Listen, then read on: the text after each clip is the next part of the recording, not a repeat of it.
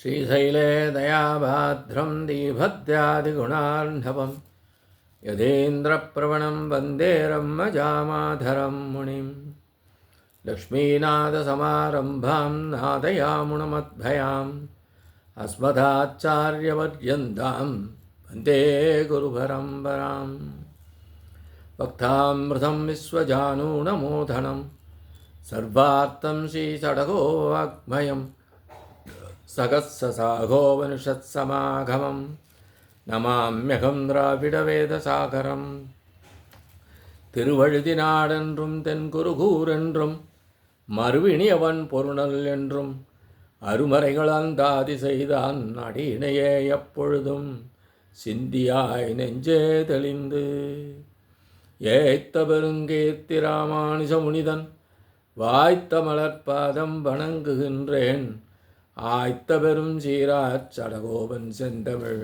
வேதம் தரிக்கும் பெறாத உள்ளம் பெற. எம்பெருமான் திருவருளாலே ஆச்சாரியன் அனுக்கிரகத்தாலே கடந்த பல தினங்களாக நம்மாழ்வார் அருளிச் செய்த திருவாய்மொழியினை நாம் அனுபவித்து வருகிறோம். இன்றைய தினம் நாம் அனுபவிக்க இருப்பது 2ஆம் பத்து 5ஆம் பதிகம் 10ஆம் பாசுரம். ஆணல்லன் பெண்ணல்லன் அல்லா அலியும் அல்லன் காணலுமாகான் உளன் இல்லன் எண்ணில் அல்லன் அவன் பேணுங்கால் பேணும் உருவாகும் மெல்லவனும் ஆம் கோணை பெரிதுடைத்து எம்பெம்பானை கூறுதலே. ஆணல்லன் பெண்ணல்லன் அல்லா அலியும் அல்லன் காணலும் ஆகான் உளன் அல்லன் இல்லை அல்லன் பேணுங்கால் பேணும் உருவாகும் அல்லனும் ஆம் கோணை பெரிது உடைத்து எம்பெம்மானை கூறுதலே. சர்வேஸ்வரன் குறித்து உரைப்பதற்கு பெருமுயற்சி கொள்ள வேண்டியதாக உள்ளது. யார் சர்வேஸ்வரன்? அவன் எப்படிப்பட்டவன்? அவனுடைய உருவம் எப்படிப்பட்டது? அவன் ஆணா பெண்ணா எப்படி என்றெல்லாம் நாம் கண்டுபிடித்து ஆராய்ந்து கூறுவதற்கு பெருமுயற்சி எடுக்கிறோம். அவ்வாறு பெருமுயற்சி எடுத்தாலும் அவன் குறித்து தெளிவாக கூற இயலாது. ஏனென்றால் அவன் ஆணும் அல்லன் பெண்ணும் அல்லன், இந்த 2 வாள்களிலும் சேராத அலியும் அல்லன், நம்முடைய கண்களால் காண இயலாதவன், உள்ளான் என்று உரைக்க இயலாது, இல்லை என்றும் மறுக்க இயலாது. எம்பெருமான் யார், கடவுள் யார் என்றால் நம்மால் தெளிவாக அறுதியிட்டு கூற முடியாது. அவன் இருக்கின்றான் என்றால் எப்படி என்று நம்மால் உரைக்க இயலாது. அவன் இல்லை என்றால் நம்மால் மறுக்க இயலாது. தனது அடியார்கள் விரும்பும் பொழுது அவர்கள் விரும்பிய ரூபத்திலே வருபவன் எம்பெருமான். இவ்விதம் அடியார் அல்லாதார்க்கு வராமல் உள்ளான். என்னுள்ளே கலந்து நிற்கும் சர்வேஸ்வரன் குறித்து உரைத்தல் என்பது மிகவும் கடினமானது என்கின்றார்.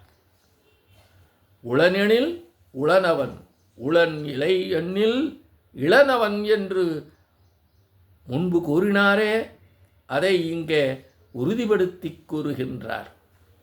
அவன் இருக்கின்றான் என்றால் இருக்கின்றான், இல்லை என்றால் இல்லை என்ற அந்த சொல்லில் இருக்கின்றான் என்கின்றார். பொதுவாக உலகில் காணப்படும் ஆண்கள் போன்றும் அல்லன் பெண்கள் போன்றும் அல்லன், இது போன்ற வாள்களில் சேராத அலியும் அல்லன்.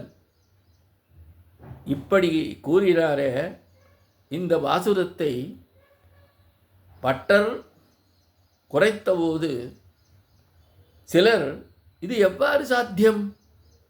உலகில் உள்ள அனைத்து பொருள்களும் இம்மூன்றுக்குள் ஆண் பெண் அலி ஏதாவது ஒன்றுக்குள் அடங்க வேண்டுமே.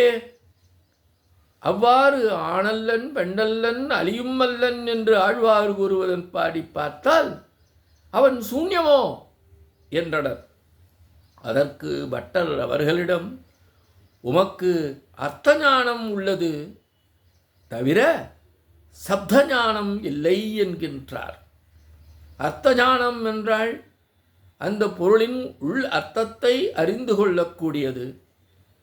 சப்த ஞானம் என்றால் அந்த பொருளுக்குள் உள்ள உண்மைத்தன்மையை அறிந்து கொள்ளக்கூடியது.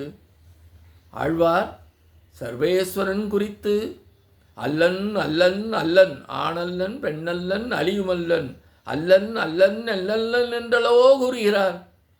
அதாவது ஆண்களில் உயர்ந்தவன் சர்வேஸ்வரன் ஆவான் என்ற புருஷோத்தமத்தன்மை வெளிப்படும்படி அருளிச் செய்துள்ளார் ஆழ்வார். புருஷோத்தமத்தன்மையே இங்கு உணர்த்தப்படுகின்றது. அவனே எல்லாவற்றிற்கும் உயர்ந்தவனாவான் என்பதே புருஷோத்தமத்தன்மை. அதனை உணர்த்துவதற்காகவே ஆழ்வார் இங்கே ஆணல்லன் பெண்ணல்லன் அல்லா அழியும் அல்லன் என்று அருளிச் செய்துள்ளார். ஆண் பெண் அழி என்று பிரித்து உணர்த்தவல்ல அனைத்து பிரமாணங்களாலும் அறிய வல்லவன் அல்லன். இதன் மூலம் எந்தவிதமான இந்திரியங்களுக்கும் இலக்கு ஆகாதவன் என்கின்றார் ஆழ்வார். கண்களுக்கும் வாக்கிற்கும் எட்டாதவன். எப்படிப்பட்டவன் என்று நம் வாயால் சொற்களால் கூற இயலாதவன். எப்படிப்பட்டவன் என்று நம் கண்களால் காண இயலாதவன். தனது அடியார்களாக இல்லாதவர்களுக்கு உள்ளான் என்று கூற இயலாதவன். தனது அடியார்களுக்கு இல்லை என்று கூற இயலாதவன்.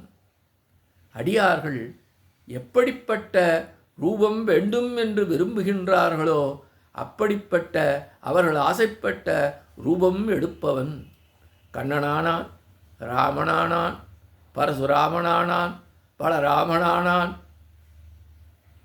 அவன் அடியார்கள் என்ன ரூபம் வேண்டும் என்று நினைக்கின்றார்களோ அந்த ரூபம் எடுக்கின்றான்.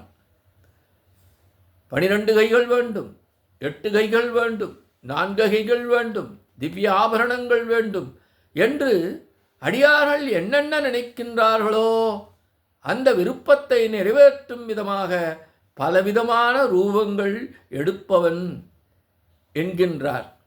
இப்படிப்பட்ட சர்வேஸ்வரன் குறித்து நாம் உரைப்பது என்பது மிகவும் கடினமானது. கோணை பெரிது உடைத்து எம் பெம்மானை கூறுதலே என்று ஆழ்வார் இந்த பாசுரத்தில் கூறி நிறைவு செய்கின்றார் என்பதாக இப்பாசுர விளக்கம் அமைகின்றது. இத்தோடு இன்றைக்கான நிறைவு செய்கின்றோம்.